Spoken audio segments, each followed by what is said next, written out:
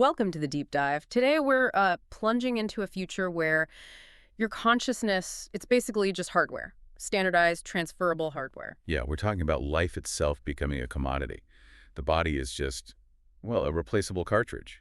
Your identity, digital data. And we're setting this against the backdrop of the sanctioned fourth conflict. It's brutal, deeply cynical. Absolutely. Yep. This isn't your typical war over land. It's corporate warfare fought over information, where bodies are cheap and consciousness is literally inventoried. Her sources really dig into the big players, Carrera's Wedge, Mandrake Corporation fighting this proxy war.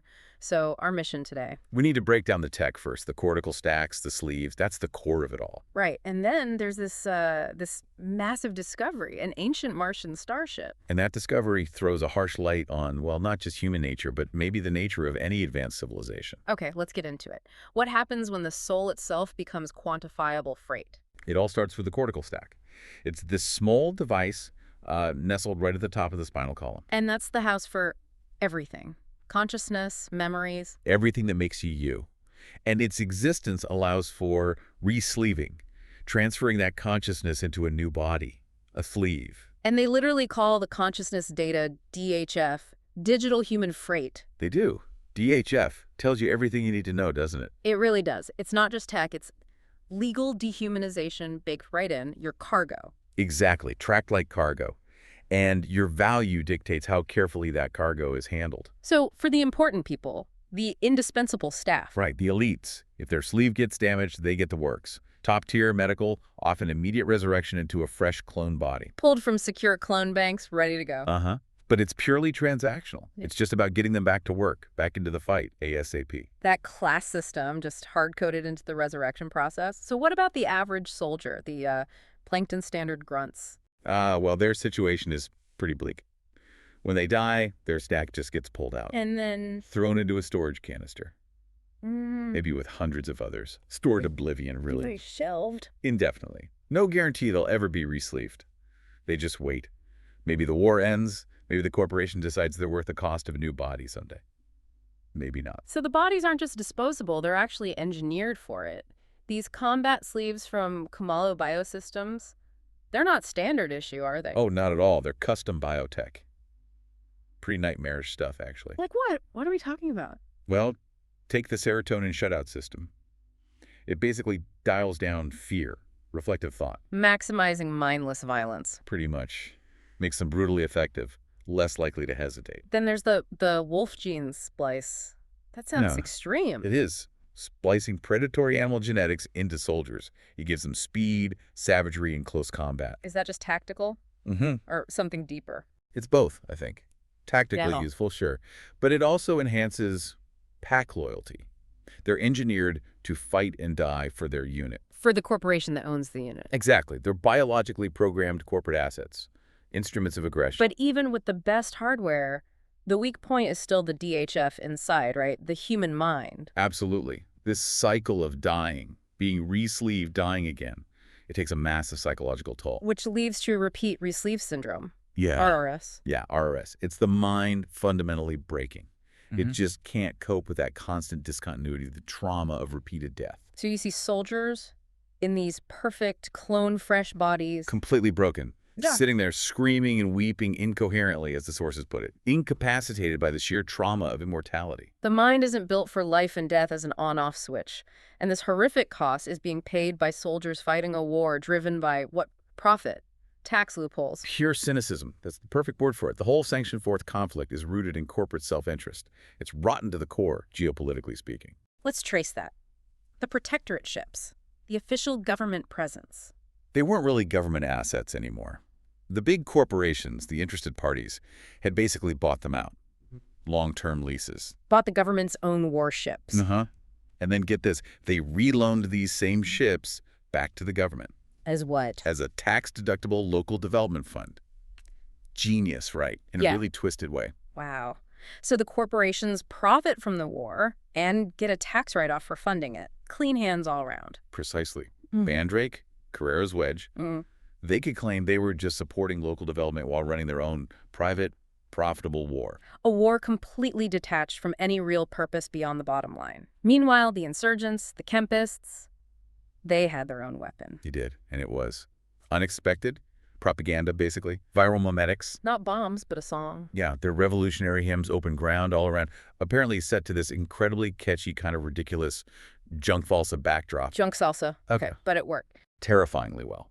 The tune was so infectious, so mimetic, that even hardcore pro-corporate citizens were caught humming it without thinking. Which I imagine caused a bit of a panic for the authorities. Huge panic, massive crackdown, full-spectrum jamming, mass arrests. The penal facilities started overflowing with musically inclined political offenders. Just for humming a tune. It shows you, in this kind of digitized world, information, even a catchy jingle, can be seen as a bigger threat than bullets. And all this corporate maneuvering, this mimetic warfare, it centers on landfall, the capital. Right, this sprawling city just gorged on wealth from what they call archaeological industries. Digging up alien stuff. Basically. And funneling all the profits through this restrictive export quarantine clause. It's all about extracting value from the past. Which brings us neatly to the biggest prize, the reason for the whole war. Exactly. The real target wasn't actually on Sanction the Sith itself. It was in orbit. This Martian starship, described as, what was it? The size of a fucking asteroid. Yeah. Huge. Ancient. Yeah. Alien. Just sitting there in parking orbit, and the key to getting to it was on the planet. A terrestrial gate, a massive mooring system found buried on the Dangreg coast. That became ground zero. And the first people in were these specialized archaeologists, the Scratchers? Led by Guildmaster Tanya Wardani. Yeah. They weren't just diggers. They had to try and understand the alien mindset behind it all. They were guided by Wyszynski's theory. Yeah, a really interesting bit of xenophilosophy. Wyszynski believed the Martians started out as winged and carnivorous predators, an atomistic society. Progressive predators. Right. But the key is, they didn't just evolve past it. They consciously overcame that violent genetic legacy to build their civilization. Which is, wow, the direct opposite of humanity in this universe, splicing wolf genes into soldiers to make them more savage. The irony is pretty thick, isn't it? Martians transcended their nature. Humans amplify their worst instincts with high tech. And you see that Martian maturity in their technology, too. Absolutely. Wardani talks about this concept of peeled-back democratic techno-access. Their tech, even incredibly advanced stuff like the gate or FTL drives. They made it simple, user-friendly. Deliberately so. Rendered back to a simplicity even we could operate. It suggests this incredible species-wide unity, like technology was a shared resource, not hoarded. Completely unlike human tech, which is all proprietary, secret-controlled. Which makes humanity's next big tech reveal even more telling. We go from alien democratic access to human corporate assassination tools. Right. This is where one of the factions rolls out something genuinely terrifying. OPERNs. Open Program, Environmentally Reactive Nanoscale Systems, or SUSL Smart Ultra-Short-Lived Nanobes. Instant, weaponized evolution. Pretty much. It's a nanotech system that evolves incredibly fast, like a 4-minute lifespan per generation. It models outcomes so quickly. But even the people who deployed it didn't know exactly what it would do. Exactly. Unpredictable by design. Right. Simulation showed it could create anything from, robot guns like grasshoppers jumping huge distances. To spore clouds that just dissolved carbon bonds. Dissolved people. So humanity's great leap into self-evolving tech, immediately used for targeted, personalized biowarfare that lasts 4 minutes. Says everything, doesn't it? And it's not just nanotech. There's crude environmental warfare, too. Oh, yeah. The Kempists used a tactical nuke on Sobreville. Not to win, but just to deny the territory to the cartel. Okay. Left the whole peninsula radioactive and useless. Scorched earth, literally. Contamination over concession. Cynicism on top of destruction. But the biggest twist, the deepest irony, is back with that Martian starship. Right. Because the ship wasn't just derelict, floating there. It was active. In a way, it was locked in this ancient automated battle loop. Yeah. A cometary loop, fighting another massive warship. For how long? Thousands, maybe tens of thousands of years. Just repeating the same futile cycle.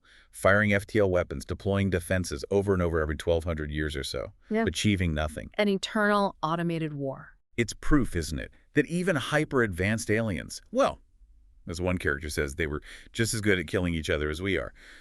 They just automated their self-destruction and made it eternal. And that links back to the human level with the archaeologist Tanya Wardani. There's a final betrayal there. Yeah, she confesses later. The original expedition to the gate, secretly funded by Kempist cadres, the revolutionaries.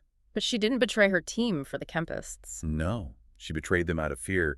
She closed the gate, trapping them inside. Why? She was terrified by what she'd found, the sheer scale of it, the gate, the ship beyond. She felt it was something huge waiting for me, just overwhelming cosmic dread, maybe. So she sacrificed her own people out of terror, slamming the door on this vast, ancient alien tech, repeating that cycle of fear and self-preservation. It's a really stark contrast the sources draw. You have humanity, completely defined by commodifying life itself. Stacks as freight, engineered bodies for disposable soldiers, wars fought for tax breaks. Set against the ruins of this Martian civilization that built incredible things based on, apparently, unity and shared access, democratic tech. Yet, both end up trapped. Right. Both species seem fatally drawn to internal conflict, to self-destruction. The Martians automate their war into eternity. We turn immortality into a corporate meat grinder for plankton grunts. So the real measure of how advanced a civilization is, it's clearly not just about the complexity of the technology, not how fast your ships are, or if you can digitize a soul. No, it seems like it's more about trust. Who do you trust with that technology? The Martians built their gates, assuming species-wide unity, designing them for everyone to use. Humanity invents operns, these evolving nanobes. And immediately uses them for corporate espionage and assassination. Internal squabbles. Which leaves us with a pretty unsettling question for you to think about.